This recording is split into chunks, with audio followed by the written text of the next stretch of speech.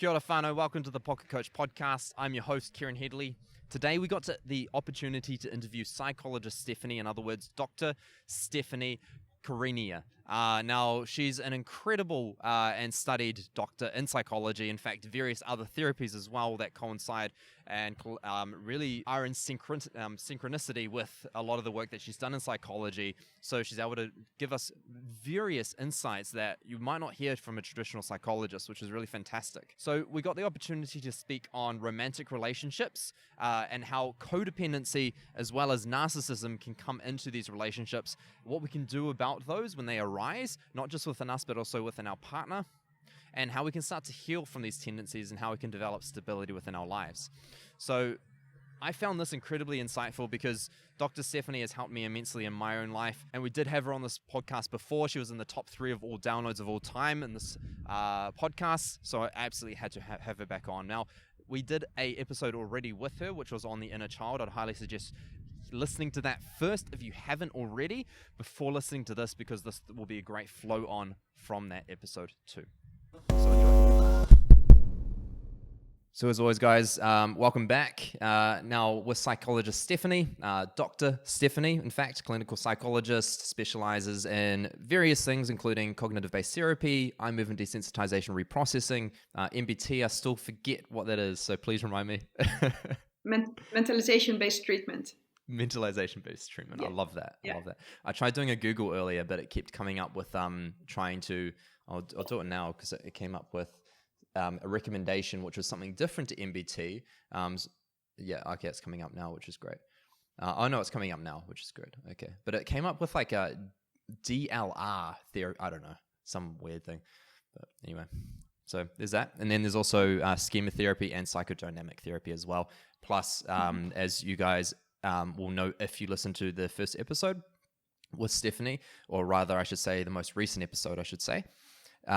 You'll know that I've shared a lot around her emotional intelligence and how that pairs very beautifully with the intelligence that she has in this space. So without further ado, I really want to go and delve into the focus around romantic relationships. I shared a little bit in the last episode around how I experienced a lot of jealousy in my relationship at a time when I was in my early 20s, and then when I got the opportunity to do my first episode recording with you, Stephanie, I was actually going through, which is something I teased out a little bit in the last episode. I was going through a situation where I was very codependent with my partner, extremely codependent, and like I was very emotionally reliant on how she would respond and on her giving me a form of love that I was seeking, which was the forms of physical touch, also words of affirmation, and I just wasn't getting that from her end because because I'd be so needing of that love, she would close up and then move away and create distance. And me being in a situation where I was yearning for that physical touch created a feeling, as you mentioned, of abandonment, which had obviously come from the inner child. So for those that haven't tuned into that earlier episode, I highly recommend. There's a beautiful practice around reparenting or inner parenting and self-parenting that you can delve into that can help with that inner child. For this episode, I want to touch on that codependent nature that many of us get caught up in. So do you mind sharing what, firstly, codependency is? And then maybe even, I don't know if you have a lot of grasp around this, you might do, but I just haven't yet seen the content as of recent, which is around narcissistic behavior. So do you mind sharing a little bit about those two aspects of self? Sure. Or natures? Yes. So dependency, and they might have a basic same framework. They might underneath have a deep fear of abandonment. There's not much self-love in the essence, the base structure. So dependency is when we haven't been able to trust ourselves. So normally we trust ourselves as well as much as we trust other people. We need that. Some people trust themselves more than they trust others. For instance, in extreme cases with narcissism. And some people trust themselves not much and trust others more than they trust themselves, like with dependency or codependency. Well, that's a little bit of a tricky situation to be in when you're not able to trust yourself. You don't trust your decisions. You don't trust your reasoning. Like, those are the people who would say, is that really happening? Is that, is that correct? Or they let other people make choices for them. So that's an example of not being able to really trust yourself. So then it's logical, when that happens, when you cannot trust yourself, that you will invest in other people, because other people can help you, but you cannot help yourself. Yes. It would be stupid to invest in yourself, right? It's not clever. So then we start investing. Why would I do that?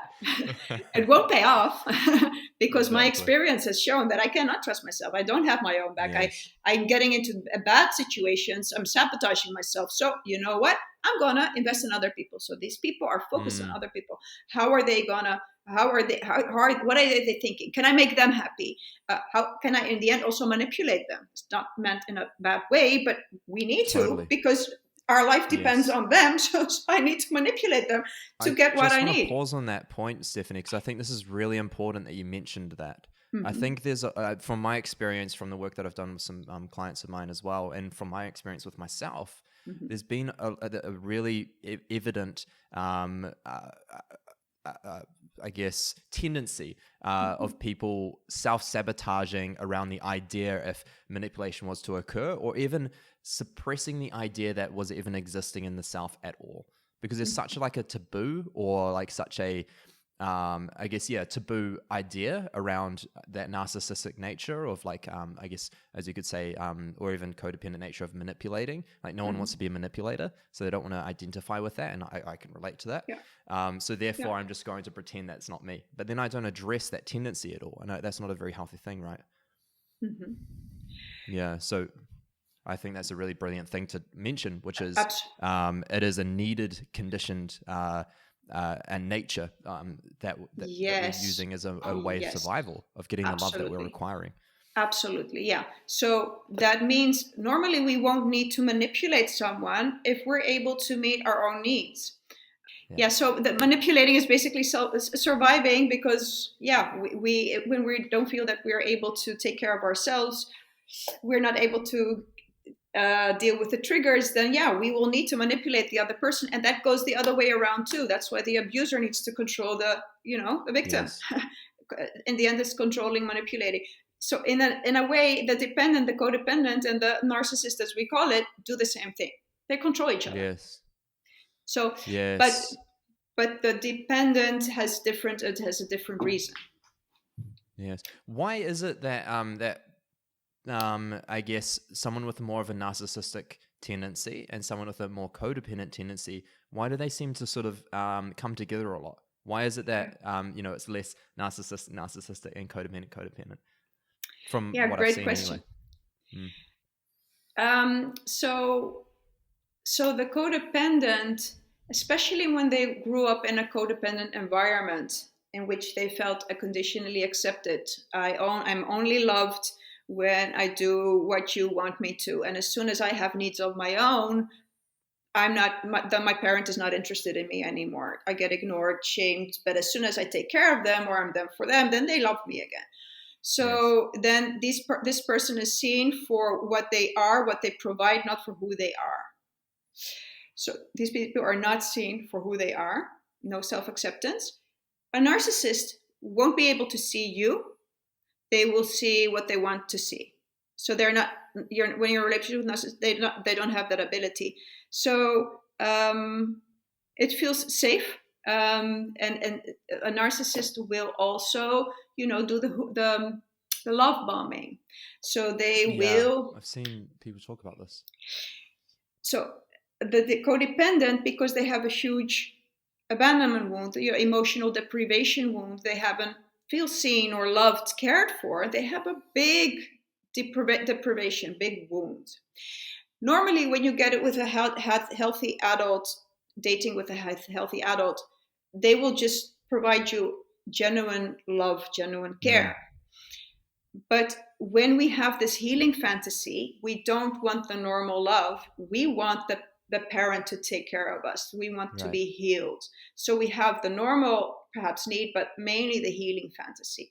The narcissist does an amazing job with this cognitive empathy, understanding immediately what you want, because they will ask you a lot of questions, pay a lot of interest, and it seems as if they're interested in you. They try to figure out what is your need, what is your fantasy, and I can play into it. This doesn't, a narcissist, a lot of people say these bad people, whatever. I'm not sure if that's relevant or not. I don't believe that their purpose is, let me go out to hurt you. Yeah. Yes, let me go out to abuse you. I don't think it worked that way. I think they have, they feel extremely insecure inside, not aware of it, and they're in a survival mode. So I would do exactly the same. If I would have their structure, I would do exactly the same. I would love bomb the other person. I would too. I would target it. It just happens automatically. It's what works. They're not aware that they're actually hurting you in that degree. They don't have the emotional empathy to feel the pain that they're causing you. So that ties in perfectly. And often these codependent people had such a parent that was also abusive in a way, or, dominating them. So they might, with the healing fantasy, look for a similar person to be able to make them finally love them, to finally be accepted and be healed. And so a normal, as in a healthy partner with not narcissism or all these things, won't be that attractive to them, because they won't be love bombed and they won't feel seen as the parent would see them, for instance. Right. I definitely was a king love bomber at one point. I was too good at that. Really? I've done that. Yes, as I have. It's fascinating because at one point, as I mentioned, was actually quite codependent. And then a little bit after that, I started to actually become a little bit more narcissistic. It's like I started to put up these walls and didn't want to actually connect because I was too afraid of, if I connected, then that codependency tendency will hurt me. So therefore that wall came up and I'd become cold.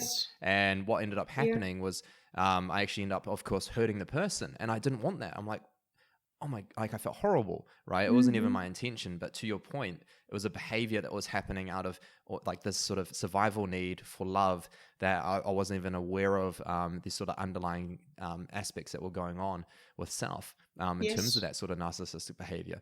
And it, like in hindsight, once I sort of started to see the pain that was going on, I'm like, whoa, this is happening. I'm lucky enough to have been on the other side, right? So I could actually see that, but I'm sure that someone that maybe hasn't been on the other side probably won't be able to see that. And, can very easily get caught up. I mean, that's my assumption anyway.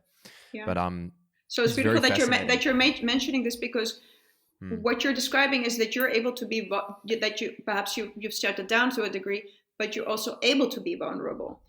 But a narcissist doesn't have the luxury to be able to be vulnerable because they are stuck. They are, in a prison of this shell, and they cannot be flawed. And that's why it's important, if you want to check, when you're dating someone or you looking for a partner, if they have the ability to take ownership, will they reflect? Will they be able to say, actually, what I did with my ex wasn't right? To be able to say that means that you're able to allow yourself to be flawed, means that you have inner security to be able to take ownership. If you're dealing with someone who you only hear them say, in the end, actually, if you summarize it, you're like, actually, they were always the victim, then you might have a problem. And then you might be thinking, don't worry, I'll save you. I'll be there for you. I will take care of you. You won't be the victim again. Think again, because what they're actually saying is that they don't have the ability to see that they have a part in the issues, and so you will be next. They won't be able to see their part, so you will be the next victimizer in their eyes. Yes. So to that point, because I think that these are really great things to become aware of self, and like you mentioned, there's almost like a self-security that's necessary for that vulnerability to be tapped into. Yes. Right? Now, I think the first question, which is probably a better question, which will lead to the second question, how does one develop that self-security so that they can be vulnerable with themselves? Yeah, I think this is a crucial question, Kieran. The self-security, we will need to, this will need to be done in a safe attachment in any case. If it's a group or it's the therapist, we need that safe attachment where the insecurity developed in an attachment, then we will need an attachment to go there. We need to go to, it's a space, it's a dark space within us that we have, pushed away. And as long as we're pushing it away, we will be living with that the lack of security. It is about being able to go to that dark place and shed light on it. When we shed light on something, it's not insecure anymore. It becomes more safe. The more we do that, the more we will be able to actually start accepting that part and healing that part. And we need to go there with someone, or an attachment, to be able to deal with it. And then we won't need to run away from it or go to abusive partners to feel safe. So as that insecurity develops, how does one identify if they've got, like, I guess, more narcissistic behavior or more codependent behavior? How does one start to identify that? Sorry, what do you mean when the inner? So once they've developed more security, self-security, how does one start to understand their nature more so? Like, how does one know, like, am I more narcissistic or am I more codependent? How does one know that? I'm trying to see with self-security, the more self-secure you become, the more self-acceptance there is, and then the defenses will go down. So then you will become less codependent, less dependent, less narcissistic. So when we don't have that self-security, we will need to control others. We will need others. The narcissist will need the other person for their ego supply to feel that they're worthy. The codependent will need them for the psychological supplies. You decide for me what choices to make, that I'm worthy, that I'm this, that I'm that. So the more self-security we have, the more self-acceptance, the more we feel we have our back, the less we will need the other person. And the narcissist will need less of ego supply externally, as long as they can, work on their inner security, the self-security. Yes. Would you say that as one becomes more internally stable, of course, there's, those attachment styles, right? Like anxious, then there's also avoidant, but then there's also, what was that third one? The two doctors came up with. Anxious, avoidant, secure. Secure, correct. And avoidant, you have the dismissive avoidant and the fearful avoidant, Yes. So with that secure nature, would you say that as someone becomes more secure, would they start, I guess, being attracted to and attracting more secure individuals? Absolutely, yeah. Then you will, it's a different way of dating then. Then you will find other things attractive. So I would call it immature dating, or still a wounded dating would be, then you will try to find partners that are successful, that are, make you feel very special. And while with the secure dating, you will be looking for partners who make you feel respected, that will really feel that their words match their actions. Yes. So someone who makes you feel really special, but somewhere ends up not respecting you, that's not a good sign. So you will probably find other people attractive. Also, what is important to mention, I think this is not talked often, is that when as a child you felt a lot of rejection, you might perceive your vulnerability as a weakness. It's not a conscious process. A lot of people would say, no, vulnerability is not a weakness. Of course not. But if you have experienced that, it will feel that way. So a healthy partner is able to be vulnerable. A healthy partner is able to just not play games, but say, hey, I like you. I would like you to be with me. I would like to be together. But for someone who has experienced a lot of rejection as a child, that might feel as a turnoff, because that vulnerability will trigger their own rejection of being rejected, and they would perceive that as a weakness unconsciously. That's why narcissists are so attractive, because they don't show any vulnerability. They wouldn't say, hey, I like you, in a vulnerable way. No way. Yes. So that's very safe to date a narcissist, because they won't come close and actually see you. I see. So healing is being able to be vulnerable yourself and be able to find that attractive in another person too, because then you can have an actual emotional connection with someone. I really, really love that. I'd love to wrap up this particular episode just touching on practices, tools, techniques that help build inner stability. I know for myself, for example, just to use myself as an example, things that have really served me have been things such as cold immersion, where I practice being non-reactive to the cold, and that builds my capacity to manage stress. Or might be meditation, for example, where I'll meditate on a challenging emotion and become familiar with it so that I'm no longer reacting to it, or even a trauma that might come up so that I'm no longer as anxious about that trauma and I'm more familiar with it. So these are like techniques, as an example, that I've used that have been really of service to me to help build that stability. So I'm really curious to ask more of a personal question, and to actually ask, if you're open to it, to share a little bit about maybe things that you have done that have really served you, Stephanie, if that's okay.